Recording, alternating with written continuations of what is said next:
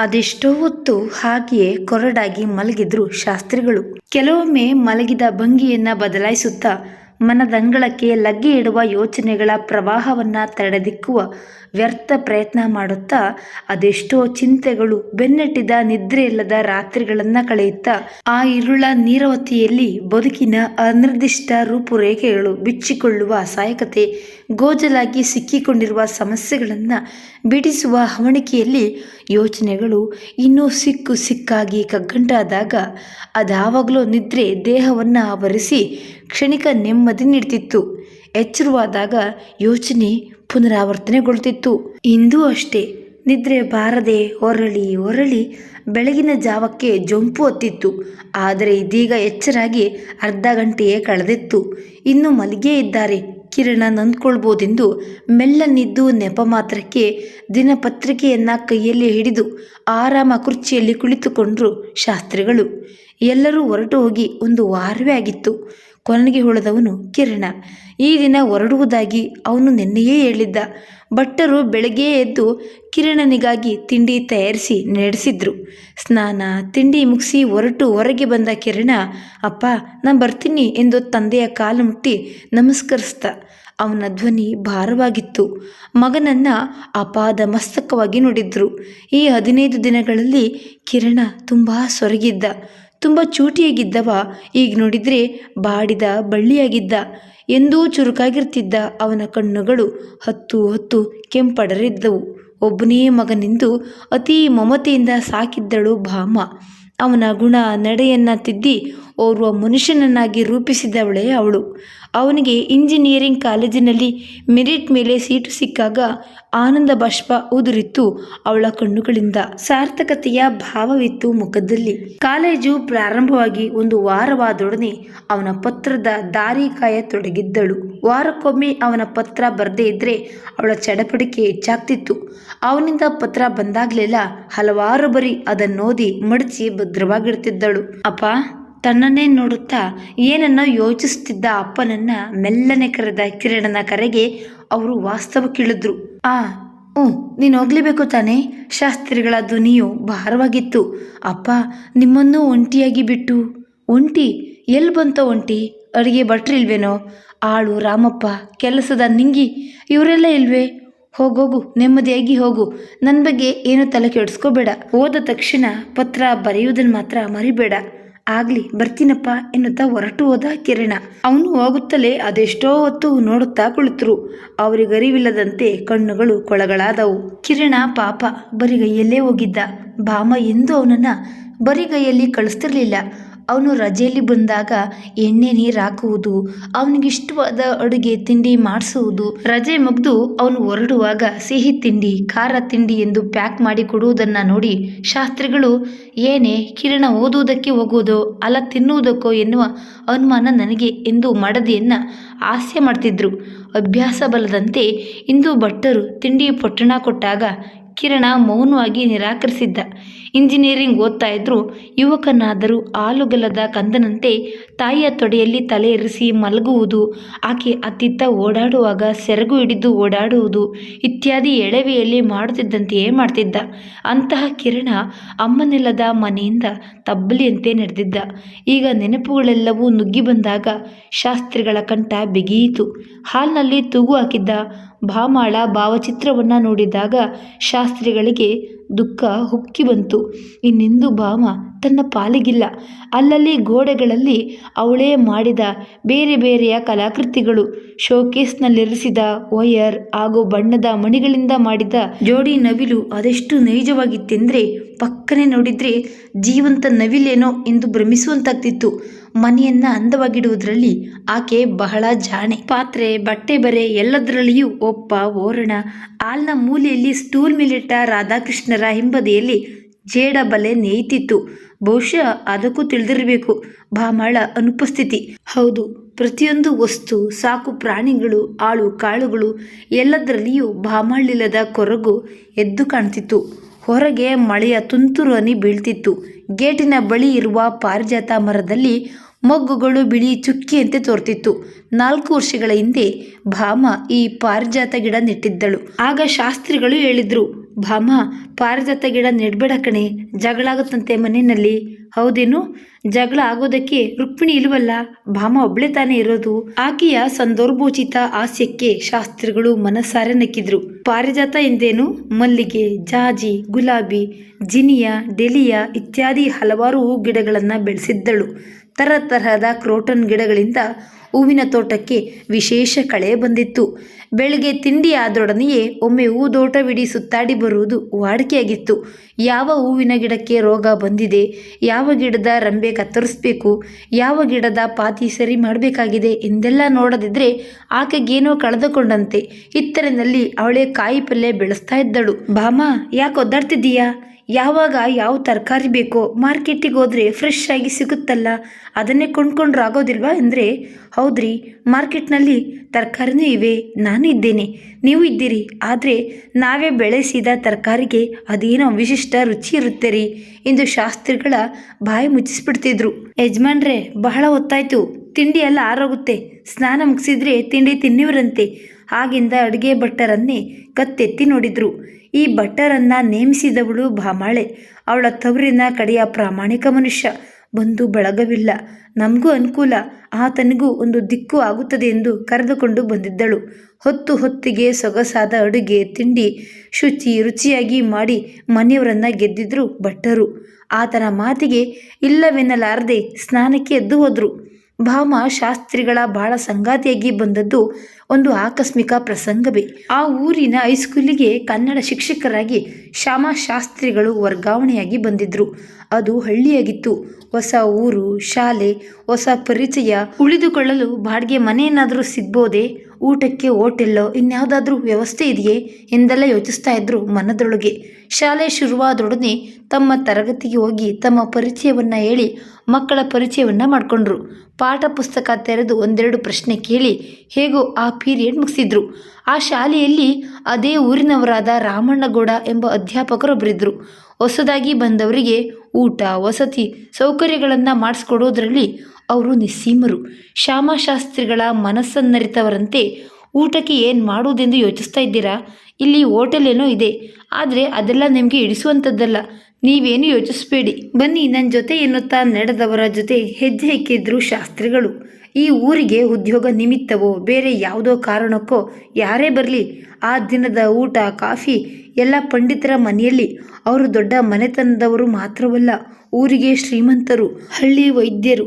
ಎಷ್ಟೋ ವಾಸಿಯಾಗದ ಕಾಯಿಲೆಗಳಿಗೆಲ್ಲ ದೂರಗಳಿಂದ ಬರ್ತಿದ್ರು ಅನೇಕ ಜನ. ಮೃದು ಮಧುರ ಮಾತು, ನಡೆ ನುಡಿ ಪಂಡಿತರದ್ದು.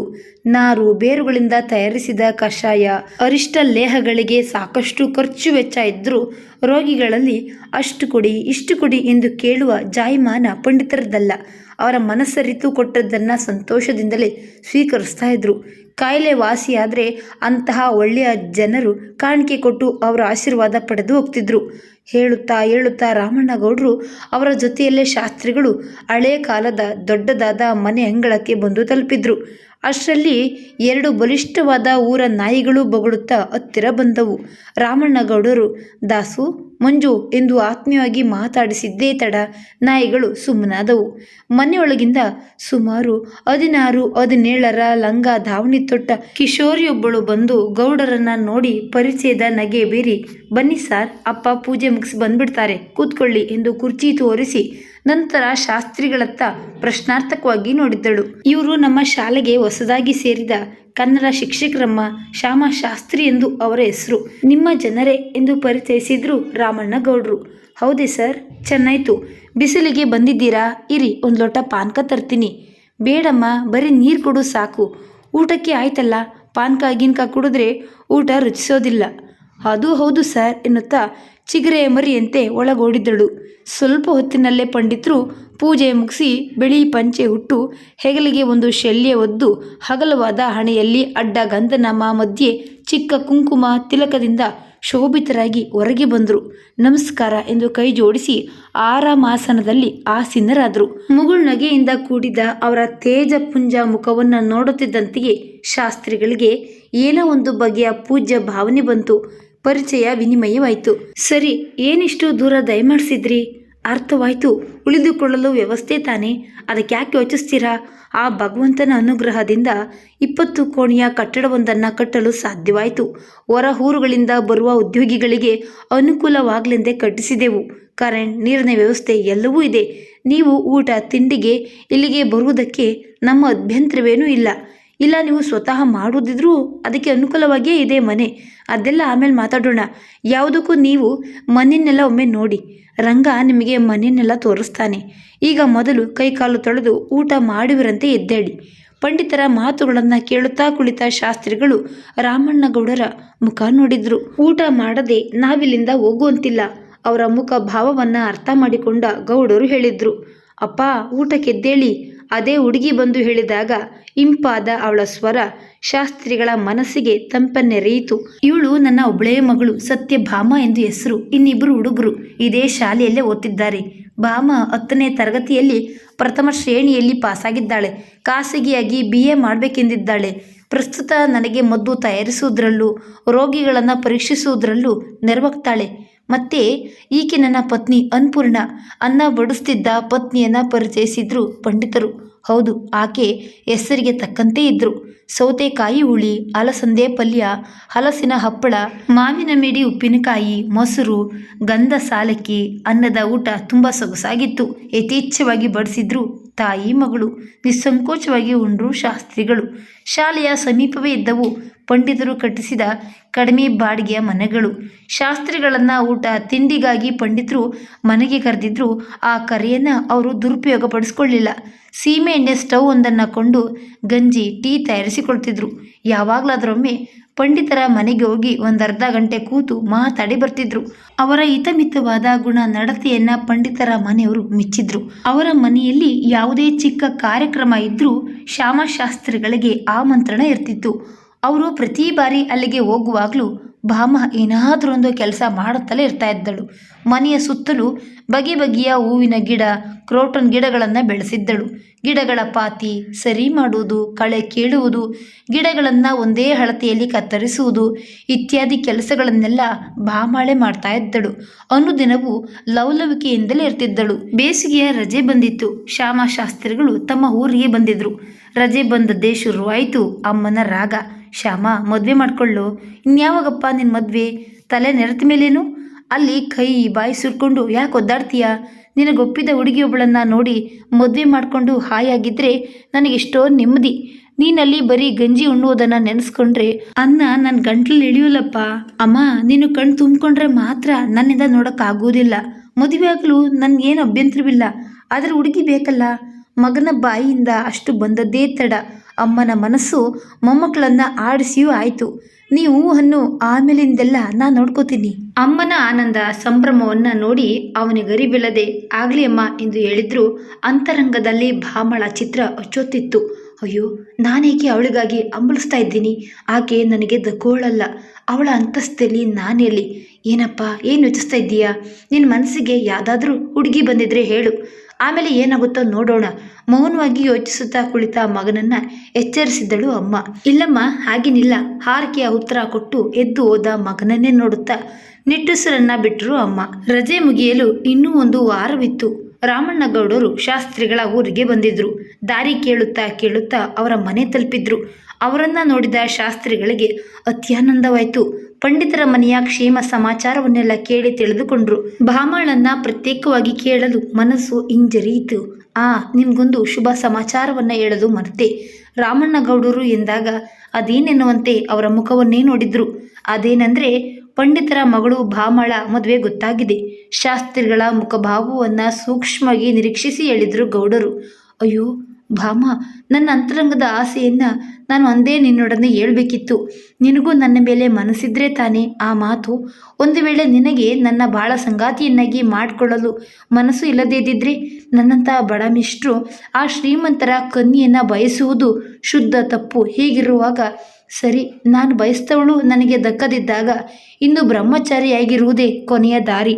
ದುಃಖ, ಬೇಸರ, ನಿರಾಶೆಗಳು ಮನದೊಳಗೆ ರಿಂಗಣ ಹೊಡೆಯತೊಡಗಿದ್ದಾಗ ಏನೂ ಕೇಳಲು ತೋರದೆ ಮೌನವಾಗಿ ಕುಳಿತರು ಶಾಸ್ತ್ರಿಗಳು. ಪಂಡಿತರ ರಾಯಭಾರಿಯಾಗಿ ಬಂದ ರಾಮಣ್ಣಗೌಡರಿಗೆ ಶಾಸ್ತ್ರಿಗಳ ಮುಖಭಾವವೇ ಉತ್ತರ ಹೇಳಿತ್ತು. ತನಗಿಂತ ವಯಸ್ಸಿನಲ್ಲಿ 15 ವರ್ಷದಷ್ಟು ಚಿಕ್ಕವರಾದ ಶಾಸ್ತ್ರಿಗಳಲ್ಲಿ ಅವರಿಗೆ ಪ್ರೀತಿ, ಗೌರವ ಮತ್ತು ಸಲಿಗೆಯೂ ಇತ್ತು. ಸ್ವಲ್ಪ ಅವರನ್ನು ಚೇಡಿಸೋಣವೆಂದುಕೊಂಡು ತನ್ನ ಬ್ಯಾಗನ್ನೆತ್ತಿ ಹೆಗಲಿಗೇರಿಸಿ ಚಪ್ಪಲಿ ಮೆಟ್ಟಿದ್ರು. ಹೊರಡಲು ತಯಾರಾದವರನ್ನ ನೋಡಿ ಶಾಸ್ತ್ರಿಗಳು ತನ್ನಿಂದ ಏನು ಅಪಚಾರವಾಯಿತೋ ಎಂದು ಹಾರಿದ್ರು. ಗಡಿಬಿಡಿಯಿಂದ ಎದ್ದು ಬಂದು ಅವರ ಬ್ಯಾಗನ್ನು ತೆಗೆದು ಬದಿಗಿರಿಸಿ, ಬೇಸರವಾಗಿದ್ದರೆ ಕ್ಷಮಿಸಿ, ಬಂದು ಇನ್ನೂ ಅರ್ಧ ಗಂಟೆಯಾಗಿಲ್ಲ, ಒಳಗೆ ಅಮ್ಮ ಅಡುಗೆ ತಯಾರಿ ನಡೆಸ್ತಿದ್ದಾರೆ, ಅವ್ರು ಏನಂದ್ಕೋತಾರೆ ನೀವು ಊಟ ಮಾಡದೇ ಇದ್ರೆ, ಬನ್ನಿ ಕೂತ್ಕೊಳ್ಳಿ ಎಂದು ಕೈ ಹಿಡಿದು ಕೊಳ್ಳಿರಿಸಿದ್ರು. ಮತ್ತೆ ಮಿಕಿ ಗೌಡರ ಮುಖವನ್ನೇ ನೋಡಿದ್ರು. ಅಲ್ಲ, ಭಾಮಳಿಗೆ ಮದುವೆ ಗೊತ್ತಾಗಿದೆ ಎಂದದ್ದಕ್ಕೆ ಒಂದು ಪ್ರತಿಕ್ರಿಯೆ ಬೇಡವೇ? ಹುಡುಗ ಯಾವ ಊರಿನವನು, ಏನು ಮಾಡ್ಕೊಂಡಿದ್ದಾನೆ, ಯಾವಾಗ ಮದುವೆ, ಒಂದು ಕೇಳದೆ ಮೌನವಾಗಿ ಕುಳಿತರೆ ನಾನು ತಾನೇ ಇಲ್ಲಿ ಯಾಕಿರಬೇಕು? ಸಿಟ್ಟಿನ ನಟನೆಯಿಂದ ಗೌಡರು ಹೇಳಿದರು. ಅದಕ್ಕೆ ಉತ್ತರ ಈಗಾಗಲೇ ಸಿಕ್ಕಿದೆ. ಇನ್ನು ನಿಮ್ಮ ಅಮ್ಮನನ್ನು ಬೇಸರಪಡಿಸುವ ಇಚ್ಛೆ ನನಗಿಲ್ಲ. ಆದ್ದರಿಂದ ಊಟ ಮಾಡಿಕೊಂಡೇ ಊರಿಗೆ ಹೊರಡ್ತೀನಿ. ಹೌದು, ಪಂಡಿತರು ಏನು ಹೇಳಿದ್ರು? ಆತುರದಿಂದ ಪ್ರಶ್ನಿಸಿದ್ರು ಶಾಸ್ತ್ರಿಗಳು. ಅದೇನೇ ಇರಲಿ, ಎಲ್ಲ ಅಮ್ಮನೊಡನೆ ಹೇಳ್ತೀನಿ, ಮುಖ ಬಿಗಿದುಕೊಂಡೇ ಹೇಳಿದ್ರು ಗೌಡರು. ನಾನು ಪಂಡಿತರ ಮನೆಯಲ್ಲಿ ತಪ್ಪಾಗಿ ನಡೆದಿದ್ದೇನೆಯೇ, ಅಥವಾ ನಾನು ಭಾಮಳನ್ನು ಬಯಸಿದ್ದು ಪಂಡಿತರಿಗೆ ತಿಳಿದು ಏನಾದರೂ ರಾದ್ಧಾಂತವಾಗಿರ್ಬೋದೇ? ಏನೇನೋ ತಪ್ಪು ಕಲ್ಪನೆಗಳಿಂದ ಕಂಗೆಟ್ಟು ಅನ್ಯ ಮನಸ್ಕತೆಯಿಂದ ಕಿಟಕಿಯಿಂದ ಹೊರಗೆ ನೋಡುವಾಗ ದೇವದಾರು ಮರದಡಿಯ ಕಲ್ಲು ಬೆಂಚಿನ ಮೇಲೆ ಕುಳಿತ ರಾಮಣ್ಣಗೌಡರು ಅಮ್ಮನೊಡನೆ ಏನೋ ಮೇಲುವಾಗಿ ಹೇಳ್ತಿದ್ರು. ಅಮ್ಮ ನಗುತ್ತಾ ಮಾತಾಡ್ತಿದ್ರು. 10 ನಿಮಿಷದಲ್ಲಿಯೇ ಒಳಗೆ ಬಂದ ಅಮ್ಮ, ಕಳ್ಳ, ನನ್ನಿಂದ ವಿಷಯ ಮುಚ್ಚಿಡುವ ಅಗತ್ಯವೇನಿತ್ತು ನಿನಗೆ? ಪಂಡಿತರ ಮಗಳು ಲಕ್ಷಣವಾದ ಹುಡುಗಿಯಂತೆ, ಮಾತ್ರವಲ್ಲ ವಿದ್ಯಾವಂತೆ, ಬುದ್ಧಿವಂತೆ ಎಂದು ರಾಮಣ್ಣಗೌಡರು ಹೇಳಿದರು. ಅಂತಹ ಹುಡುಗಿಯನ್ನು ಮನಸ್ಸಲ್ಲಿಟ್ಕೊಂಡು ಮದುವೆ ಆಗಲು ಹುಡುಗಿ ಎಲ್ಲವೆನ್ನುತ್ತೀಯ? ಪಂಡಿತರು ನಿನ್ನ ಮನಸ್ಸನ್ನರಿಯಲು ಗೌಡರನ್ನು ಕಳಿಸಿದ್ದಾರೆ, ತಿಳಿಯಿತೆ ಎಂದು ಪ್ರೀತಿಯಿಂದ ಮಗನ ಕಿವಿ ಹಿಂಡಿದ್ರು. ಇಷ್ಟರವರೆಗೆ ಆತಂಕ ತಳಮಳದಿಂದ ಕಂಗಾಲಾಗಿದ್ದ ಶಾಸ್ತ್ರಿಗಳಿಗೆ ಸಂತಸದಿಂದ ಕುಣಿದಾಡಬೇಕೆನ್ನಿಸ್ತು. ಮುಂದೆ 1-2 ತಿಂಗಳೊಳಗೆ ಅವರ ಮನೆ ತುಂಬಿದ್ದಳು ಭಾಮ. ಯಜಮಾನ್ರೇ, ನಿಮ್ಗಿಷ್ಟವಾದ ಹಾಗಲಕಾಯಿ ಗೊಜ್ಜು ಮಾಡಿದ್ದೇನೆ, ಅಸ್ತಿರ್ಬೋದು, ಆಗಲೇ ಗಂಟೆ 1 ಆಯಿತು, ಊಟ ಸ್ವಲ್ಪ ತಗೊಳ್ಳಿ. ಭಟ್ಟರ ಕಳಕಳಿಯ ಮಾತಿಗೆ ಬೆಲೆ ಕೊಟ್ಟು ಊಟದ ಕೋಣೆಗೆ ನಡೆದ್ರು. ಹಾಗಲಕಾಯಿ ಗೊಜ್ಜು ಎಂದಾಕ್ಷಣ ಮತ್ತೆ ಭಾಮ ಅವರ ಮನಸ್ಸನ್ನು ಆಕ್ರಮಿಸಿದ್ದಳು. ಇತ್ತೀಚೆಗೆ ಶಾಸ್ತ್ರಿಗಳಿಗೆ ಸಕ್ಕರೆ ಕಾಯಿಲೆ ಪ್ರಾರಂಭವಾಗಿತ್ತು. ಅದು ಗೊತ್ತಾದ ಕ್ಷಣದಿಂದ ಮನೆಯಲ್ಲಿ ಸಿಹಿ ತಿಂಡಿ ಮಾಡುವುದನ್ನೇ ಕಡಿಮೆ ಮಾಡಿದ್ದಳು ಭಾಮ. ಗಂಡ ಸಕ್ಕರೆ ಹಾಕದ ಚಹಾ ಕುಡಿಯುವಾಗ ತಾನು ಅದನ್ನೇ ಕುಡಿತಾ ಇದ್ದಳು ಭಾಮ. ಭಾಮ, ನೀನೇಕೆ ಸಪ್ಪೆ ಚಹಾ ಕುಡಿತೀಯಾ? ನನಗೆ ತಾನೇ ಡಯಾಬಿಟೀಸ್. ಹೌದ್ರಿ, ಆದರೆ ನನಗೂ ಬರ್ಬೋದಲ್ವಾ, ಅದಕ್ಕೆ ಹೀಗಿನಿಂದಲೇ ಅಭ್ಯಾಸ ಮಾಡ್ಕೊಳ್ತಾ ಇದ್ದೀನಿ ಎಂದು ಹಗುರಾಗಿ ನಕ್ಕಳು. ಅದೆಲ್ಲಿಂದಲೂ ಹಾಗಲಕಾಯಿ ಬೀಜ ತಂದು ಬಿತ್ತಿ ಯಥೇಚ್ಛವಾಗಿ ಹಾಗಲಕಾಯಿ ಬೆಳೆಸುವುದರಲ್ಲಿ ಸಫಲವಾದಳು. ಹಾಗಲಕಾಯಿ ಶಾಸ್ತ್ರಿಗಳಿಗೂ ಪ್ರಿಯವೇ, ಆದರೆ ಹಿಂದೇಕೋ ಭಾಮಳ ಸಾನ್ನಿಧ್ಯವಿಲ್ಲದೆ ಅವರಿಗೆ ಹಾಗಲಕಾಯಿ ಗೊಜ್ಜು ಬಹಳ ಕೈ ಅನ್ನಿಸ್ತು. ಊಟ ಮಾಡಿ 10 ನಿಮಿಷ ಮಲಗುವುದು ರೂಢಿ, ಆದರೆ ಹಿಂದೇಕೋ ಮಲಗಲು ಮನಸ್ಸೇ ಬರ್ತಿಲ್ಲ. ಮೆಲ್ಲನೆ ಭಾಮಳ ಕೋಣೆಯತ್ತ ನಡೆದರು. 2 ದೊಡ್ಡದಾದ ಕಬ್ಬಿಣದ ಬೀರು, ಇನ್ನೊಂದು ಕೆತ್ತನೆ ಕೆಲಸಗಳಿಂದ ತಯಾರಿಸಿದ ಕರಿ ಮರದ ಬೀರು. ಅದನ್ನು ಅವಳ ತಂದೆ ಮಗಳಿಗಾಗಿ ಕೊಟ್ಟಿದ್ರು. ಅದರಲ್ಲಿ ಬಗೆ ಬಗೆಯ ಒಡವೆಗಳು, ಇನ್ನು ಏನೇನೋ ಮುಖ್ಯ ವಸ್ತುಗಳನ್ನು ಇಟ್ಟಿರ್ಬೋದು. ಶಾಸ್ತ್ರಿಗಳು ಎಂದೂ ಅದನ್ನು ನೋಡಿದ್ದೇ ಇರಲಿಲ್ಲ. ಗೋಡೆಗೆ ಒತ್ತಿಕೊಂಡು ಒಂದು ರ್ಯಾಕ್, ಅದರ ತುಂಬ ಓರಣವಾಗಿಟ್ಟ ದೊಡ್ಡ ದೊಡ್ಡ ಸಾಹಿತಿಗಳು ಬರೆದ ಕಾದಂಬರಿಗಳು. ಶಿವರಾಮ್ ಕಾರಂತರ ಮರಳಿ ಮಣ್ಣಿಗೆ ತೆಗೆದು ಭಾಮ ಬರೆಯಲು ಕೂತ್ಕೊಳ್ತಿದ್ದ ಕುರ್ಚಿಯಲ್ಲಿ ಕುಳಿತುಕೊಂಡ್ರು. ಭಾಮಳಿಗೆ ಪುಸ್ತಕ ಸಂಗ್ರಹ, ಓದುವುದು ಮಾತ್ರವಲ್ಲದೆ ಬರೆಯುವ ಹವ್ಯಾಸವೂ ಇತ್ತು. ಎಷ್ಟೋ ಕತೆ ಕವನ ಬರೆದು ಪ್ರಕಟಣೆಗೆ ಕಳಿಸದೆ ಹಾಗೆ ಪೇರಿಸಿಡ್ತಾ ಇದ್ದಳು. ಆಕೆ ಆ ಮನೆಗೆ ಬಂದ ಮೇಲೆ ಪುಸ್ತಕಗಳ ಜವಾಬ್ದಾರಿಯನ್ನೆಲ್ಲ ಆಕೆ ನೋಡಿಕೊಳ್ತಿದ್ದಳು. ಮರಳಿ ಮಣ್ಣಿಗೆ ಪುಸ್ತಕದ ಒಂದೊಂದೇ ಪುಟವನ್ನು ತೆರೆದ್ರು ಶಾಸ್ತ್ರಿಗಳು. ಇದೆಲ್ಲವನ್ನ ಭಾಮ ಅನೇಕ ಬಾರಿ ಓದಿದ್ದಳು. ಪುಸ್ತಕದ ಮಧ್ಯಭಾಗದಲ್ಲಿ ಹಸ್ತರೇಖೆ ಲಕ್ಷಣಗಳು ಎಂಬ ಅಭ್ಯಸಿಸುತ್ತಿದ್ದಳೆ ಭಾಮ ಮನಸ್ಸಿನಲ್ಲಿ ಪ್ರಶ್ನಿಸಿಕೊಂಡ್ರು. ಒಂದು ದಿನ ಶಾಸ್ತ್ರಿಗಳು ಕೇಳಿದ್ರು, ಭಾಮ, ನೀನು ಜ್ಯೋತಿಷ್ಯವನ್ನು ನಂಬ್ತೀಯಾ? ಯಾಕ್ರಿ ಆ ಕೇಳ್ತೀರಾ? ಹೀಗೆ ಕೇಳಿದೆ. ನಾನು ಚಿಕ್ಕವಳಿದ್ದಾಗಿನ ಒಂದು ಘಟನೆ ನೆನಪಿಗೆ ಬಂತು. ಸುಮಾರು 16-17 ವಯಸ್ಸಿನಲ್ಲಿ ನಾನು ಫ್ರೆಂಡ್ಸ್ ಒಬ್ಬ ಜೊತೆಯಲ್ಲಿಗೆ ಹೋಗಿದ್ದೆವು. ಅದರಲ್ಲಿ ಒಬ್ಬನಿಗೆ ಅಡಿಗಡಿಗೆ ಕಷ್ಟ ನಷ್ಟಗಳು ಬರುತ್ತಲೇ ಇದ್ದವು. ರಾತ್ರಿ ಹಗಲು ಓದಿದ್ರು ಅವನಿಗೆ ಸಿಗುವ ಮಾರ್ಕ್ಸ್ ಅಲ್ಲಿಂದಲ್ಲಿಗೆ ಪಾಸ್ ಆಗುವಷ್ಟು. ಬಡ ಕುಟುಂಬದವನಾದ ಅವನು ಫೀಸು ಬುಕ್ಸ್ಗಳಿಗೆ ಹಣ ಸಾಲದಾದಾಗ ಭಾನುವಾರ ಒಂದು ದಿನ ಕೂಲಿ ಮಾಡ್ತಿದ್ದ. ತನ್ನ ಕಷ್ಟದ ದಿನಗಳು ಯಾವಾಗ ಕಳೆಯುವುದು, ತನ್ನ ಭವಿಷ್ಯದ ಬದುಕು ಚೆನ್ನಾಗಿರ್ಬೋದೆ ಎಂದೆಲ್ಲ ತಿಳಿಯುವುದಕ್ಕೋಸ್ಕರ ಜಾತಕ ಹಿಡಿದುಕೊಂಡು ಬಂದಿದ್ದ. ಅವನು ಜ್ಯೋತಿಷ್ಯವನ್ನು 100% ನಂಬ್ತಿದ್ದ. ಜಾತಕ ನೋಡಿದ ಜ್ಯೋತಿಷ್ಯರೆಂದರು, ನಿನಗೆ ಈಗ ಅಂದರೆ ಇನ್ನು 1.5 ವರ್ಷ ಕಳೆದು 1 ತಿಂಗಳೊಳಗೆ ನಿನಗೆ ಒಳ್ಳೆಯ ನೌಕರಿಯೊಂದು ಸಿಗುತ್ತೆ. ಆದರೆ ಸ್ವಲ್ಪ ದೂರ, ನಿನಗೆ ಸಿಗಲಿಲ್ಲ ಎಂದಾದರೆ ನನ್ನ ಬಳಿ ಬಾ ಎಂದಿದ್ರು. ಅವರೆಂದ ಹಾಗೆ ಅವನಿಗೆ ಮಿಲಿಟರಿಯಲ್ಲಿ ಕೆಲಸ ಸಿಕ್ತು. ಮೊದಲ ಸಂಬಳದಲ್ಲಿ ಆ ಜ್ಯೋತಿಷಿಗೆ ಉಡುಗೊರೆ ಕೊಟ್ಟಿದ್ದಾನೆ. ಈಗ ಪ್ರಮೋಷನ್ ಆಗಿ ಉನ್ನತ ಹುದ್ದೆಯಲ್ಲಿದ್ದಾನೆ. ಊರಿಗೆ ಬಂದಾಗಲೆಲ್ಲ ಆ ಜ್ಯೋತಿಷರಲ್ಲಿಗೆ ಹೋಗ್ತಾನೆ. ಸರಿ, ಈಗಲಾದರೂ ಚೆನ್ನಾಗಿದ್ದಾನಲ್ಲ, ಅದೇ ದೊಡ್ಡದು. ಬಾಮ, ನನ್ನ ಜ್ಯೋತಿಷ್ಯವನ್ನು 100ಕ್ಕೆ 100ರಷ್ಟು ನಂಬುವುದಿಲ್ಲ. ನಾನು ಅಷ್ಟೇ ರೀ. ಆದರೆ ಈ ಹುಡುಗನ ವಿಚಾರ ಕೇಳಿದ ಮೇಲೆ ನಂಬಲೇಬೇಕಾಗುತ್ತೆ. ನನ್ನ ಜಾತಕವನ್ನು ತೋರಿಸಿದ್ದೆ. ಹೌದೇನ್ರಿ, ಏನು ಹೇಳಿದ್ರು? ಕುತೂಹಲದಿಂದ ಪ್ರಶ್ನಿಸಿದಳು. ನಾನು ಕೆಲಸದಿಂದ ನಿವೃತ್ತಿ ಹೊಂದಿ ಹೆಚ್ಚು ಕಾಲ ಉಳಿಯುವುದಿಲ್ಲ ಎಂದಿದ್ರು. ಅದನ್ನು ಕೇಳಿದ್ದೇ ಭಾಮ ತುಂಬ ಹೊತ್ತಿದ್ದಳು. ಊಟವನ್ನು ಮಾಡದೆ ತಲೆಯ ಮೇಲೆ ಕೈ ಹೊತ್ತು ಕುಳಿತಿದ್ದಳು. ತಮಾಷೆಗೆ ಆಗಂದೆ ಕಣೆ, ನಾನು ದೀರ್ಘಾಯುಷಿ. ನನಗೀಗ ಕೇವಲ 32 ವರ್ಷ. ಅದಕ್ಕೆ ಈಗಿನಿಂದಲೇ ಯಾಕೆ ತಲೆ ಕೆಡಿಸ್ಕೋತೀಯಾ ಎಂದೆಲ್ಲ ಹೇಳಿ ಸಮಾಧಾನಿಸೋದರಲ್ಲಿ ಶಾಸ್ತ್ರಿಗಳು ಕಲಿತ ಬುದ್ಧಿಯನ್ನೆಲ್ಲ ಖರ್ಚು ಮಾಡಿದ್ರು. ಆಮೇಲಿಂದ ಅವರಿಗೆ ಒಂದು ಕೆಮ್ಮು ಬಂದರೂ ಅವಳು ಆತಂಕಗೊಳ್ತಾ ಇದ್ದಳು. ಬಾಮಳ ನೆನಪಿನ ಎಳೆಯು ಅವರ ಮನಸ್ಸಿನ ಮೇಲೆ ಬಿಗಿಯಾಗಿ ಸುತ್ತಕೊಂಡಿತ್ತು. ಬಾಮ, ನೀನಿಲ್ಲದೆ ಜೀವನ ಬರೀ ಬರಡು ಬಾಮ. ಕೈಲಿರುವ ಪುಸ್ತಕ ಜಾರಿ ಅದಾಗಲೇ ಬಿದ್ದಿತ್ತು. ಕಳೆದ ಕೆಲವು ವರ್ಷಗಳಿಂದೀಚೆಗೆ ಆಕೆ ದಿನಚರಿ ಬರೆಯುವ ಹವ್ಯಾಸವನ್ನು ಇಟ್ಕೊಂಡಿದ್ದಾಳೆ. ಅದನ್ನು ಶಾಸ್ತ್ರಿಗಳು ಇದುವರೆಗೂ ಓದಿದ್ದಿಲ್ಲ. ರಾತ್ರಿ ಹೊತ್ತು ಊಟ ಮಾಡಿ ಮಲಗುವ ಮುನ್ನ ಅದನ್ನು ಬರೆದು ಬೀರುವಿನ ಒಳಗೆ ಇಡ್ತಾ ಇದ್ದಳು. ಬಾಮ, ದಿನಚರಿಯಲ್ಲಿ ಏನೇನು ಬರಿತೀಯಾ? ನಾನು ನೋಡದ ಹಾಗೆ ಯಾಕೆ ಬಚ್ಚಿಡ್ತಿದೀಯಾ ಎಂದು ಕೇಳಿದರೆ ಅದಕ್ಕೆ ನಸುನಗೆ ಮಾತ್ರ ಉತ್ತರವಾಗ್ತಿತ್ತು. ಈಗ ಪಕ್ಕನೆ ಶಾಸ್ತ್ರಿಗಳಿಗೆ ಆ ಡೈರಿಯ ನೆನಪಾಯಿತು. ಅಂದು ಬೀರುವಿನ ಬಾಗಿಲನ್ನು ತೆರೆದ್ರು. ಒಂದೆಡೆ ಓರಣವಾಗಿಟ್ಟ ಬಗೆ ಬಗೆಯ ಅಡುಗೆ ಪುಸ್ತಕಗಳು, ರಂಗೋಲಿ ಪುಸ್ತಕಗಳು, ಅವಳೆ ಹೆಣೆದ ಪುಟ್ಟ ಪುಟ್ಟ ಉಲ್ಲನಿನ ಕಾಲ್ಚೀಲಗಳು, ಟೋಪಿಗಳು, ಒಂದು ನೀಲಿ ಬಣ್ಣದ ಬಾಕ್ಸ್ನಲ್ಲಿ ಬಣ್ಣ ಬಣ್ಣದ ಮಣಿಗಳು, ಬೇರೆ ಬೇರೆ ಸೈಜಿನ ಸೂಜಿಗಳು, ಗುಲಾಬಿ ಬಣ್ಣದ ಕವರ್ ತೊಟ್ಟ ಪುಟ್ಟ ಆಲ್ಬಮ್ ತೆರೆದು ನೋಡಿದಾಗ ಮದುವೆಯಾದ ಸಂದರ್ಭದಲ್ಲಿ ತೆಗೆಸಿದ ತಮ್ಮಿಬ್ಬರ ಫೋಟೋಗಳು, ಮದುವೆಗೂ ಮೊದಲು ಪಂಡಿತರ ಕುಟುಂಬದೊಂದಿಗೆ ಶಾಸ್ತ್ರಿಗಳು ನಿಂತು ತೆಗೆದ ಒಂದು ಫೋಟೋ, ತುಂಬಿ ಬಂದ ಕಣ್ಣೀರನ್ನರಿಸುತ್ತಾ ಮತ್ತೆ ಹುಡುಕಿದ್ರು. ಪುಸ್ತಕವೊಂದರೆಡೆಯಿಂದ ಇಣುಕುತ್ತಿದ್ದ ಇಂಗ್ಲೆಂಡ್ ಲೆಟರ್ ಅನ್ನು ತೆಗೆದು ನೋಡಿದ್ರು. ನಿಶ್ಚಿತಾರ್ಥ ಮುಗಿದ ಮೇಲೆ ಶಾಸ್ತ್ರಿಗಳು ಆಕೆಗೆ ಬರೆದ ಒಂದೇ ಒಂದು ಪತ್ರ ಗತಕಾಲದ ಸಿಹಿ ನೆನಪಿನಿಂದ ನವಿರಾಗಿ ಕಂಪಿಸಿದ್ರು. ಅವರ ಕಣ್ಣೆದುರು ಲಂಗ ದಾವಣಿ ತೊಟ್ಟ 16ರ ಕಿಶೋರಿಯ ಚಿತ್ರಣ ತೇಲಿ ಬಂತು. ಆ ಪತ್ರದಲ್ಲಿ ಒಂದೆಡೆ ಅವರು ಬರೆದಿದ್ರು, ನೀನು ನನ್ನನ್ನು ಮದುವೆಯಾಗಲು ಒಪ್ಪಿದ್ಯಾ? ಆದರೆ ನನ್ನಲ್ಲಿ ನಶ್ವರವಾದ ದೇಹವಲ್ಲದೆ ಇನ್ನೇನೂ ಇಲ್ಲ. ಪತ್ರವನ್ನೋದಿ ಮೊದಲಿನಂತೆ ಮಡಚಿ ಇಟ್ರು. ಅವಳ ಪಾಲಿಗೆ ಆ ಪತ್ರ ಅಮೂಲ್ಯ ವಸ್ತುವಾಗಿರ್ಬೋದು. ಅದನ್ನ ಇಷ್ಟು ವರ್ಷಗಳ ಕಾಲ ಎಷ್ಟೊಂದು ಭದ್ರವಾಗಿಟ್ಟಿದ್ದಳು. ಮದುವೆಯಾದ ಮೊದಲ ವೆಡ್ಡಿಂಗ್ ಆನಿವರ್ಸರಿಗೆ ಪ್ರೀತಿಯ ಮಡದಿಗೆ ತೆಗೆದುಕೊಟ್ಟ ಪುಟ್ಟ ಬೆಳ್ಳಿಯ ಕುಂಕುಮದ ಭರಣಿ. ಮೂಲೆಯಲ್ಲಿತ್ತು ಆ ಹಸಿರು ಬಣ್ಣದ ಹೊದಿಕೆಯ ಡೈರಿ. ಅದನ್ನು ತೆಗೆದುಕೊಂಡು ಬಂದು ಹೊರಗೆ ಇರುವ ಬೆತ್ತದ ಕುರ್ಚಿಯಲ್ಲಿ ಕುಳಿತುಕೊಂಡು ಪುಟ ತೆರೆದ್ರು. ಎಲ್ಲವೂ ಮಾಮೂಲು. ಬಾಮ ತನ್ನ ಅಣ್ಣನ ಮಗಳ ಮದುವೆಗೆಂದು ತವರಿಗೆ ಹೋಗಿ ಬಂದ ಮೇಲೆ ಅವಳ ವರ್ತನೆ ಬದಲಾಗಿತ್ತು. ಹೆಚ್ಚಾಗಿ ಮೌನವಾಗಿರ್ತಿದ್ದಳು. ಏನನ್ನ ಯೋಚಿಸ್ತಾ ಇರುವಂತೆ, ಯಾವುದೋ ವಿಷಯ ಮುಚ್ಚಿಡುವಂತೆ. ಅಸಡ್ಡೆ, ಅನ್ಯ ಮನಸ್ಕತೆ. ಮದುವೆಯಾದ ಇಷ್ಟು ವರ್ಷಗಳಲ್ಲಿ ಭಾಮಳನ್ನ ಈ ಅವಸ್ಥೆಯಲ್ಲಿ ಅವರು ನೋಡಿದ್ದೇ ಇಲ್ಲ.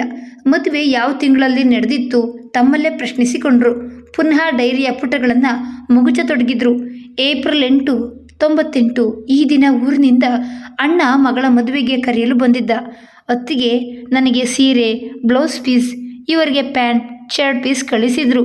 ಅಪೂರ್ವಕ್ಕೆ ಬಂದ ದೊಡ್ಡಪ್ಪನ ಮಗನಿಗೆ ಪಾಯಸದ ಊಟ ಬಡಿಸಿದ್ದೆ. 1 ವಾರ ಮೊದಲೇ ಬರುವಂತೆ ಅಣ್ಣ ಹೇಳಿ ಹೊರಟು ಹೋಗಿದ್ದ. ಏಪ್ರಿಲ್ 9, 98. ಮದುವೆಗೆ ಹೋಗುವ ಬಗ್ಗೆ ಉಡುಗೊರೆಯ ವಿಚಾರ ಎಲ್ಲವನ್ನೂ ನಾವಿಬ್ಬರು ಚರ್ಚಿಸಿದೆವು. ಮತ್ತೆ ಕೆಲವು ಪುಟಗಳಲ್ಲಿ ಏನೂ ವಿಶೇಷಗಳಿರಲಿಲ್ಲ. ಏಪ್ರಿಲ್ 22, 98. ಈ ದಿನ ಬೆಳಿಗ್ಗೆ ನಾವಿಬ್ಬರು ಹೊರಟು ನನ್ನ ತವರಿಗೆ ಬಂದು ಮಧ್ಯಾಹ್ನದ ಊಟ, ಸಂಜೆಯ ಟೀ ಎಲ್ಲ ಮುಗಿಸಿ ಅರ್ಧ ಕಿಲೋಮೀಟರ್ ದೂರವಿರುವ ದೊಡ್ಡಪ್ಪನ ಮನೆಗೆ ಬಂದೆವು. ನಮ್ಮನ್ನು ಕಂಡು ಎಲ್ಲರಿಗೂ ತುಂಬ ಸಂತೋಷವಾಯಿತು. ಅಣ್ಣಂದರಿಗೆ ಸ್ವಂತ ಅಕ್ಕ ತಂಗಿಯರಿರಲಿಲ್ಲ. ಆದ ಕಾರಣವೋ ಏನೋ ನನ್ನಲ್ಲಿ ತುಂಬ ಮಮತೆ. ಏಪ್ರಿಲ್ 23, 98. ಈ ದಿನ ಅನು ಮದುವೆಯಾಗಿ ಗಂಡನ ಮನೆಗೆ ಹೊರಟು ಹೋಗಿದ್ದಳು. ಹೊತ್ತಿಗೆ ಅಣ್ಣ ಎಲ್ಲರೂ ಅವರ ಜೊತೆಯಲ್ಲಿ ಹೊರಟಿದ್ರು. ರಾತ್ರಿಗೆ ವಧು ಗೃಹ ಪ್ರವೇಶ ಇಟ್ಕೊಂಡಿದ್ರು. ನಾನು ತಲೆನೋವಿನ ನೆಪ ಹೇಳಿ ಹೋಗಲಿಲ್ಲ. ನನ್ನವರು ಊರಿಗೆ ಹೊರಟು ನಿಂತರು. ಜೊತೆಯಲ್ಲಿ ಹೋಗುವ ಎಂದರೂ ಕೇಳದೆ, ನೀನು 2 ದಿನ ಇದ್ದು ಬಾ, ಅಡುಗೆ ಭಟ್ಟರೊಬ್ಬರಿಗೆ ಬೋರ್ ಆಗ್ಬೋದು ಎಂದು ಹೊರಟೇ ಬಿಟ್ರು. ಅಣ್ಣ ಅತ್ತಿಗೆ ನಾವು ಬರೋವರೆಗೂ ನೀನು ಹೋಗ್ಕೂಡದು ಎಂದಿದ್ದರಿಂದ ನಾನು ಅಲ್ಲೇ ಉಳಿದೆ. ಏಪ್ರಿಲ್ 24, 98. ಅಣ್ಣ ಅತ್ತಿಗೆ ಇನ್ನೂ ಬಂದಿರಲಿಲ್ಲ. ಅಡುಗೆಯ ಅಕ್ಕಮ್ಮ ಹಾಗೂ ಸೋದರತೆ ಮನೆಯಲ್ಲಿದ್ದರು. ನಾನು ಹೂದೋಟದಲ್ಲಿ ಪೊದೆಯ ತುಂಬ ಇರುವ ಮಲ್ಲಿಗೆ ಮೊಗ್ಗು ಆರಿಸ್ತಿದ್ದೆ. ಗೇಟು ಸದ್ದಾಯಿತು. ನೋಡಿದರೆ ಮೂಲೆ ಮನೆಯ ಜ್ಯೋತಿಷಿ ಬಂದಿದ್ರು. ಮನೆಯಿಂದ ಬರುವಾಗ ಇವರ ಜಾತಕ ಹಿಡಿದುಕೊಂಡು ಬಂದಿದ್ದೆ. ಕೆಲಸದಿಂದ ನಿವೃತ್ತಿ ಹೊಂದಿ ನಾನು ಹೆಚ್ಚು ಕಾಲ ಉಳಿಯುವುದಿಲ್ಲ. ನನ್ನವರು ಹೇಳಿದ ಮಾತುಗಳು ನನ್ನ ಕಿವಿಯಲ್ಲಿ ಧ್ವನಿಸಿದವು. ಅದಕ್ಕಾಗಿಯೇ ಜಾತಕವನ್ನು ಜ್ಯೋತಿಷರಿಗೆ ತೋರಿಸ್ಬೇಕೆಂಬ ನಿರ್ಧಾರದಿಂದಲೇ ಮನೆಯಿಂದ ಹೊರಟಿದ್ದೆ. ಮೊಗ್ಗು ಹಾರಿಸಿ ಒಳಗೆ ಹೋದೆ. ಜಾತಕದ ವಿಚಾರವನ್ನು ಅವರೊಡನೆ ಹೇಳಿದೆ. ನಾನು ಕನ್ನಡಕ ತಾರದೆ ಹಾಗೆಯೇ ಬಂದಿದ್ದೀನಮ್ಮ. ನೀನು ಸಂಜೆ ಮನೆ ಕಡೆ ಬಾ, ಅಲ್ಲಿಯೇ ನೋಡೋಣ ಎಂದರು. ಸಂಜೆ ಅವರ ಮನೆಗೆ ಹೋಗಿದ್ದೆ. ಜಾತಕ ಹಿಡಿದು ಕೂಲಂಕುಷವಾಗಿ ಒಮ್ಮೆ ನನ್ನ ಮುಖವನ್ನೇ ಒಂದರೆ ಕ್ಷಣ ನೋಡಿದ್ರು. ಅವರ ಹುಬ್ಬುಗಳು ಸಂಕುಚಿತಗೊಂಡವು. ಜಾತಕದಲ್ಲಿ ಏನಿದೆ ಜೋಯಿಸ್ರೆ? ನಾನು ಆತುರದಿಂದ ಕೇಳಿದೆ. ಎಲ್ಲ ಸರಿಯಾಗೇ ಇದೆ. 4 ತಿಂಗಳೊಳಗೆ ಅವ್ರಿಗೆ ಸ್ವಲ್ಪ ಅಂದರೆ ಚಿಕ್ಕ ಪುಟ್ಟ ಏನೋ ಅಸೌಖ್ಯ, ತಲೆ ನೋವೋ ಹೊಟ್ಟೆ ನೋವೋ ಅಷ್ಟೇ ಹೆದರ್ಬೇಕಾದ್ದೇನಿಲ್ಲ. ಹಾಗಿದ್ರೆ ಭಯವಿಲ್ಲ ತಾನೇ? ಯಾಕಮ್ಮ ಭಯ? ಹುಟ್ಟಿದ ಮನುಷ್ಯ ಒಂದಲ್ಲ ಒಂದು ದಿನ ಸಾಯಲೇಬೇಕಲ್ವಾ? ನಾಲ್ಗೆ ಮೀರಿ ಮಾತು ಹೊರ ಬಿದ್ದಿತೆಂದು ಕಾಣುತ್ತೆ. ಪಕ್ಕನೆ ನಾಲ್ಗೆಯನ್ನು ಕಚ್ಕೊಂಡ್ರು. ಹಾಗಿದ್ರೆ ಅವರು? ನಾನು ಭಯದಿಂದ ಕೇಳಿದೆ. ನಾನೆಲ್ಲಿ ಆಗಂದೆ? ನೀನು ಮುತ್ತೈದೆಯಾಗಿ ಹೋಗ್ತೀಯ ಜೋಯಿಸ್ರೆ, ಹಾಗೆ ಆಶೀರ್ವಾದ ಮಾಡಿ ನನಗೆ. ಅಷ್ಟು ಹೇಳುವಷ್ಟರಲ್ಲಿ ನನಗೆ ಅಳುವೆ ಬಂದಿತ್ತು. ಅಲ್ಲಿಂದ ನಾನು ಮರಳುವಷ್ಟರಲ್ಲಿ ಗೃಹ ಪ್ರವೇಶ ಮುಗಿಸಿ ಎಲ್ಲರೂ ಬಂದಿದ್ದರು. ಅಣ್ಣನ ಚಿಕ್ಕ ಮಗನ ಜೊತೆ ತಾಯಿ ಮನೆಗೆ ಬಂದೆ. ಯಾಕೋ ನನ್ನ ಮನಸ್ಸು ಸ್ಥೀಮಿತದಲ್ಲಿರಲಿಲ್ಲ. ಏಪ್ರಿಲ್ 25, 98. ನನ್ನ ತಾಯಿಯ ಚಿಕ್ಕ ತಮ್ಮ ಅಂದರೆ ನನ್ನ ಸೋದರ ಮಾವ ರಾತ್ರಿ ಮನೆಗೆ ಬಂದರು. ಏಪ್ರಿಲ್ 26, 98. ಮಾವ ಹೊರಡುವಾಗ ನನ್ನನ್ನು ಅವರ ಜೊತೆ ಬರಲು ಒತ್ತಾಯಿಸಿದ್ರು. ನನ್ನ ಮನೆಯಲ್ಲಿ ಒಂದು ದಿನವಿದ್ದು ನಿಮ್ಮೂರಿಗೆ ನಾನೇ ಕರೆದೊಯ್ಯುತ್ತೇನೆಂದರು. ಅವರ ಒತ್ತಾಯಕ್ಕೆ ಮಣಿದು ಹೋಗಲೊಪ್ಪಿದೆ. ಮಾವನ ಜೊತೆ ಕಾರ್ನಲ್ಲಿ ಕುಳಿತೆ. ಮದುವೆಗೆ ಬರಲಾಗಲಿಲ್ಲವೆಂದು ಉಡುಗೊರೆ ಹಿಡಿದುಕೊಂಡೇ ಬಂದ ಮಾವನವರ ದೊಡ್ಡಪ್ಪನ ಮನೆಗೆ ಕಾರನ್ನು ಚಲಾಯಿಸಿದ್ರು. ದೊಡ್ಡಪ್ಪನ ಮನೆಯಲ್ಲಿ ಕಾಫಿ ತಿಂಡಿ ಸರಬರಾಜಾಗುತ್ತಿದ್ದಂತೆಯೇ ನಾನು ಒಳಗೆ ಹೋದೆ. ಅಲ್ಲಿ ಜೋಯಿಸ್ರ ಹೆಂಡತಿ ಹಾಗೂ ನನ್ನ ಸೋದರತೆ ಮೇಲು ಧ್ವನಿಯಲ್ಲಿ ಮಾತಾಡ್ತಿದ್ರು. ಶ್ಯಾಮ್ಗೆ 4 ತಿಂಗಳಂತೆ ಆಯುಷ್ಯ. ಅಷ್ಟು ಮಾತ್ರವೇ ನನ್ನ ಕಿವಿಗೆ ಬಿದ್ದದ್ದು. ಮತ್ತೇನು ನಡೀತೆಂದು ನನಗೆ ಗೊತ್ತಿಲ್ಲದಷ್ಟು ಮಂಕಾಗಿದ್ದೆ ನಾನು. ಎಲ್ಲರಿಂದಲೂ ಬೀಳ್ಕೊಂಡು ಹೊರಟೆವು. ಮಾವ ಕ್ಲಿನಿಕ್ನಲ್ಲಿ 4-6 ಜನ ಪೇಷಂಟ್ಸ್ ಅವ್ರಿಗಾಗಿ ಕಾದಿದ್ರು. ನನ್ನೆದುರು 10 ಮ್ಯಾಗ್ಝಿನ್ ಹಾಕಿ ಇದೀಗ ಬಂದೆನಮ್ಮ ಎನ್ನುತ್ತಾ ಒಳಗೆ ಹೋದರು. 2 ನಿಮಿಷದಲ್ಲಿ ಮತ್ತೆ ಬಂದು ಅವರ ಮೆಡಿಸನ್ ಕಪಾಟಿನ ಬಾಗಿಲನ್ನು ತೆರೆದು ಏನೋ ಒಂದು ಬಾಟ್ಲಿ ಎತ್ಕೊಂಡು ಹೋದರು. ಅವರು ಹೋದೊಡನೆಯೇ ಸುತ್ತ ಇರುವ ಕಪಾಟಿನಂತ ದೃಷ್ಟಿ ಹಾಯಿಸಿದೆ. ಒಂದೆಡೆ ನನ್ನ ದೃಷ್ಟಿ ಸ್ಥಿರವಾಯಿತು. ಆ ಬಾಟ್ಲಿಯಲ್ಲಿ ಸ್ಲೀಪಿಂಗ್ ಟ್ಯಾಬ್ಲೆಟ್ಸ್ ಎಂದು ಬರೆದಿತ್ತು. ಹೇಗೂ ಬಾಗಿಲು ಅರೆ ತೆರೆದೇ ಇದೆ. ಕೂಡಲೇ ನನ್ನ ಮೆದುಳು ಕೆಲಸ ಮಾಡ್ತು. ಎದ್ದು ಸರನೆ ಆ ಬಾಟ್ಲಿ ನೆತ್ತಿ ಬ್ಯಾಗಿಗೆ ಇಳಿಸಿ ಮ್ಯಾಗ್ಝಿನ್ ಹಿಡಿದು ಕುಳಿತೆ. ನನ್ನ ಮನದೊಳಗಣ ಆಂದೋಲನವನ್ನು ಸ್ಥೀಮಿತಕ್ಕೆ ತರಲು ಬಹಳಷ್ಟು ಪ್ರಯತ್ನಿಸಿದೆ. ಏಪ್ರಿಲ್ 28, 98. ಈ ದಿನ ನಾನು ಮಾವನ ಜೊತೆಯಲ್ಲಿ ಬಂದೆ. ನನ್ನವರು ತುಂಬ ಸೊರಗಿದಂತೆ ಕಂಡ್ರು. ಅಂದಿನಿಂದ ಅವರನ್ನು ಕಣ್ಣಲ್ಲಿ ಕಣ್ಣಿಟ್ಟು ಕಾಪಾಡಿದೆ. ಅವರು 1 ನಿಮಿಷ ಮಲಗಿದ್ರು ಗಾಬರಿ ಆಗ್ತಿದ್ದೆ. ಬಾಮ, ಇತ್ತೀಚೆಗೆ ನೀನು ತುಂಬ ಡಲ್ ಆಗಿದ್ದೀಯಾ, ಏನಾಗಿದೆ ನಿಂಗೆ ಕೇಳಿದ್ರವರು. ಇಲ್ವಲ್ಲ, ಚೆನ್ನಾಗೇ ಇದ್ದೀನಿ. ನನ್ನ ಮನದೊಳಗಿನ ಅಳುಕು ಅವರಿಗೆ ತಿಳಿಯದಂತೆ ಬಹಳಷ್ಟು ಪ್ರಯತ್ನಿಸಿದೆ. ಮೇ 1, 98 ಹಾಳೆಯಲ್ಲಿ ಹೀಗೆ ಬರೆದಿತ್ತು. ಈ ದಿನ ಬೆಳಗ್ಗೆಯಿಂದಲೇ ಇವರಿಗೆ ತಲೆ ಸುತ್ತು, ಪಿತ್ತದೆಣ್ಣೆ ನೆತ್ತಿಗೆ ಒತ್ತಿ ಬಿಸಿ ಬಿಸಿಯಾದ ಕಾಫಿ ಕೊಟ್ಟು ಫ್ಯಾಮಿಲಿ ಡಾಕ್ಟರ್ಗೆ ಫೋನ್ ಮಾಡಿದೆ. BP ಸ್ವಲ್ಪ ಜಾಸ್ತಿ ಇದೆ ಎಂದು ಮಾತ್ರೆ ಕೊಟ್ಟು ಹೋದ್ರು. ನೇರವಾಗಿ ದೇವರ ಕೋಣೆಗೆ ಹೋಗಿ ಅನನ್ಯ ಭಕ್ತಿಯಿಂದ ದೇವರಲ್ಲಿ ಬೇಡ್ಕೊಂಡೆ. ದೇವ್ರೇ, ನನ್ನವರನ್ನ ಇನ್ನೂ ಕೆಲವು ಕಾಲ ಬದುಕಿಸು ತಂದೆ. ನನ್ನ ಮಾಂಗಲ್ಯವನ್ನು ಉಳಿಸು. ಅವರ ಸಾವನ್ನ ನನ್ನ ಕಣ್ಣುಗಳಿಂದ ನೋಡುವಷ್ಟು ಎದೆಗಾರಿಕೆ ನನಗಿಲ್ಲ. ನನ್ನನ್ನು ಆದಷ್ಟು ಬೇಗನೆ ಕರೆದುಕೋ. ಒಂದೊಂದೇ ಪುಟ ತೆರೆದು ಓದುತ್ತಿದ್ದಂತೆ ಶಾಸ್ತ್ರಿಗಳಿಗೆ ಉದ್ವೇಗದಿಂದ ಏದುಸಿರು ಬರತೊಡಗಿತು. ಬಾಯಾರಿಕೆ ಅನ್ನಿಸ್ತು. ಎದ್ದು ಹೋಗಿ ನೀರು ಕುಡಿಯುವಷ್ಟು ವ್ಯವಧಾನ ಅವರಲ್ಲಿರಲಿಲ್ಲ. ಅವರ ಅಂತರಂಗದ ಕಣ್ಣುಗಳು ತನ್ನ ಮನದನ್ನೆಯನ್ನು ಅರಸತೊಡಗಿತ್ತು. ಭಾಮ, ಭೂಮಿ ತಾಯಿಯಂತೆ ನಿನ್ನೊಡಲಲ್ಲಿ ಏನೇನು ಬಚ್ಚಿಟ್ಕೊಂಡಿದ್ದೀಯಾ? ಮನದೊಳಗೆ ನೊಂದರು ಶಾಸ್ತ್ರಿಗಳು. ಕಣ್ಣುಗಳು ತುಂಬಿ ಅಕ್ಷರ ಮಸುಕಾಗತೊಡಗಿತ್ತು. ತುಟಿಗಳನ್ನು ನಾಲ್ಗೆಯಿಂದ ತೇವೆಗೊಳಿಸುತ್ತಾ ಕಂಪಿಸುವ ಕೈಗಳಿಂದ ಮತ್ತೆ ಪುಟ ಮಗ್ಚಿದ್ರು. ಮೇ 1, 98. 2 ದಿನಗಳಿಂದ ಇವರು ಹೆಚ್ಚಿನ ಹೊತ್ತನ್ನು ಮಲ್ಲಿಗೆಯೇ ಕಳಿತಿದ್ರು. ಮಾತಿಲ್ಲ, ಕಥೆಯಿಲ್ಲ, ಊಟವೂ ಬೇಕಿಲ್ಲ. ಡಾಕ್ಟರು ಪ್ರತಿದಿನವೂ ಬಂದು ಇಂಜೆಕ್ಷನ್ ಚುಚ್ಚಿ ಹೋಗ್ತಿದ್ರು. ಜ್ಯೋತಿಷ್ಯರ ಮಡದಿ ಹೇಳಿದ ವಿಚಾರ ಎಲ್ಲಿ ಸತ್ಯವಾಗುತ್ತದೋ ಎಂದು ಹೆದರಿಕೆ. ನಿನ್ನೆಯೇ ಕಿರಣನಿಗೊಂದು ಪತ್ರ ಬರೆದಿದ್ದೆ. ರಾತ್ರಿಯ ಊಟ ಮುಗಿಸಿ ಮಲಗುವ ಕೋಣೆಗೆ ಬಂದಾಗ ಇವರು ನಿದ್ರಿಸಿದ್ರು. ಶಾಂತವಾಗಿ ಮಲಗಿ ನಿದ್ರಿಸ್ತಾ ಇರೋರನ್ನು ನೋಡಿದಾಗ ಅವರೊಡನೆ ಕಳೆದ 35 ವರ್ಷಗಳ ನೆನಪುಗಳು ನನ್ನ ಮನದೊಳಗೆ ಸಿನಿಮಾ ರೀಲಿನಂತೆ ಪದರ ಪದರವಾಗಿ ಬಿಚ್ಚತೊಡಗಿತು. ಒಮ್ಮೆ ಅವರು ಹೇಳಿದ್ರು, ಬಾಮಾ, ನಿನ್ನನ್ನು ಮದುವೆ ಆಗಲು ನಾನು ತುಂಬ ಪುಣ್ಯ ಮಾಡಿದ್ದೆ ಕಣೆ. ಯಾರಲ್ಲೂ ಇಲ್ಲದ ಅದೇನೋ ವಿಶೇಷ ಗುಣ ನಿನ್ನಲ್ಲಿದೆ ಎಂದು. ಹೌದು, ನಾನು ನಿಮ್ಮಂತಹ ಪತಿಯನ್ನು ಪಡೆಯಲು ಪುಣ್ಯ ಮಾಡಿದ್ದೆ. ನಸು ನಗುತ್ತಾ ಮನದೊಳಗೆ ಅನ್ಕೊಂಡಿದ್ದೆ. ನಾನು ಶಬ್ದ ಮಾಡದೆ ನನ್ನ ಬ್ಯಾಗನ್ನು ಎತ್ತಿಕೊಂಡು ಜಿಪ್ ಎಳೆದು ಡಾಕ್ಟರ್ ಮಾವನಲ್ಲಿಂದ ತಂದ ಬಾಟ್ಲಿಯನ್ನು ತೆಗೆದು ಮುಚ್ಚಳ ತೆರೆದೆ. ನನ್ನ ಕೈ ನಡುಗಿತ್ತು. ಓದುತ್ತಾ ಹೋದ ಶಾಸ್ತ್ರಿಗಳಿಗೆ ಹೃದಯವೇ ನಿಂತಂತಾಯ್ತು. ಹಾಗಿದ್ರೆ ನನ್ನ ಬಾಮ ಆತ್ಮಹತ್ಯೆ ಮಾಡಿಕೊಂಡಳೆ. ಅವಳ ಮಾವನೇ ಬಂದು ಬ್ರೈನ್ ಎಮರೇಜ್ ಎಂದು ಸರ್ಟಿಫಿಕೇಟ್ ಕೊಟ್ಟಿದ್ದೆಲ್ಲ ನಟನೆಯೇ. ನಡುಗುತ್ತಿರುವ ಕಾಲುಗಳನ್ನು ಬಲವಂತವಾಗಿ ನೆಲಕ್ಕೂರಿ ಮುಂದೆ ಓದಿದ್ರು. ಮಾತ್ರೆ ಎಲ್ಲವನ್ನೂ ಕೈಗೆ ಸುರಿದುಕೊಂಡು ಬಾಟ್ಲಿಯನ್ನು ಮತ್ತೆ ಬ್ಯಾಗಿಗೆ ಸೇರಿಸ್ದೆ. ಮೆಲ್ಲನೆದ್ದು ಅವರ ಪಾದಗಳ ಮೇಲೆ ಅಣೆ ಇರಿಸ್ದೆ. ಹಾಗೆಯೇ ಅವರ ಪಾದಗಳ ಬಳಿ ಕುಸಿದೆ. ಮತ್ತೆದ್ದು ಮನಸ್ಸನ್ನು ಕಲ್ಲು ಮಾಡಿಕೊಂಡೆ. ಕಿರಣನ ಮುಗ್ಧ ಮುಖ ಕಣ್ಣೆದುರು ತೇಲಿ ಬಂತು. ಒಂದು ಕ್ಷಣ ಮನಸ್ಸು ಚಂಚಲವಾಯಿತು. ಮರುಕ್ಷಣ ಗಟ್ಟಿ ನಿರ್ಧಾರದೊಂದಿಗೆ ಒಂದೊಂದೇ ಮಾತ್ರೆಯನ್ನು ನುಂಗತೊಡಗಿದೆ. ಮಂಚದಲ್ಲಿ ಅವರ ಪಕ್ಕ ಮಲಗಿದೆ. ಮಾತ್ರೆಗಳನ್ನು ನುಂಗುತ್ತಾ ತಬ್ಬಿಕೊಡಲು ಕೈ ಎತ್ತಲು ಪ್ರಯತ್ನಿಸಿದೆ. ಇಲ್ಲ, ಕೈ ಮೇಲೆತ್ತಲು ಆಗ್ತಲೇ ಇಲ್ಲ. ಎಡಗೈಯಲ್ಲಿರುವ ಮಾತ್ರೆಗಳ ಸಂಖ್ಯೆ ಕಡಿಮೆಯಾಗುತ್ತಾ ಬರ್ತಿದೆ. ಕಣ್ಣುಗಳು ಮಸುಕಾಗುತ್ತಿವೆ. ಪೆನ್ನೊಡೆಯುವ ಶಕ್ತಿಯನ್ನು ಕೈ ಕಳೆದುಕೊಳ್ಳುತ್ತಿದೆ. ಬರೆಯಲಾಗ್ತಿಲ್ಲ. ನಿದ್ರೆಯಲ್ಲಿ ಅವರು ಮಗಲು ಬದಲಾಯಿಸಿದ್ರು. ಇನ್ನು ಕೇವಲ 3 ಮಾತ್ರೆಗಳು. ಏನೋ ಸಂಕಟವಾಗುತ್ತಿದೆ. ನೀರು ಬೇಕೆನಿಸ್ತಿದೆ. ಪೆನ್ನು ಕೈಯಿಂದ ಜಾರುತ್ತಿದೆ. ನಾನು ಮುತ್ತೈದೆಯಾಗಿಯೇ ಮುಂದೆ ಓದಲಾಗದೆ ಶಾಸ್ತ್ರಿಗಳು ಚಡಪಡಿಸಿದ್ರು. ಏದುಸಿರು ಬರತೊಡಗಿತ್ತು. ಯಜಮಾನ್ರೇ, ಮಳೆ ಜೋರಾಗಿ ಬರ್ತಿದೆ. ಥಂಡಿ ಆಗುತ್ತೆ. ಒಳಗೆ ಬಂದು ಕೂತ್ಕೊಳ್ಳಿ ಯಜಮಾನ್ರೆ. ಬೆಚ್ಚಗೆ 1 ಲೋಟ ಕಾಫಿ ಕುಡಿಯುವರಂತೆ. ತನ್ನೆಲ್ಲ ಕೆಲಸಗಳನ್ನು ಮುಗಿಸಿ ಹೊರಗೆ ಬಂದ ಭಟ್ಟರು ಯಜಮಾನರು ಇನ್ನೂ ಹೊರಗೆ ಕುಳಿತೇ ಇದ್ದುದನ್ನು ಕಂಡು ಅಪ್ಯಾಯತೆಯಿಂದ ಕರೆದ್ರು. ಪ್ರತಿಕ್ರಿಯೆ ಬಾರದೇ ಇದ್ದಾಗ ಭಯಗೊಂಡು ಅವರನ್ನು ಸಮೀಪಿಸಿ ತೋಳು ಹಿಡಿದ್ರು. ಅದು ತಣ್ಣಗೆ ಕೊರೆಯುತ್ತಿತ್ತು. ಮತ್ತೊಂದು ಕಥೆಯೊಂದಿಗೆ ಭೇಟಿಯಾಗೋಣ. ಧನ್ಯವಾದಗಳು.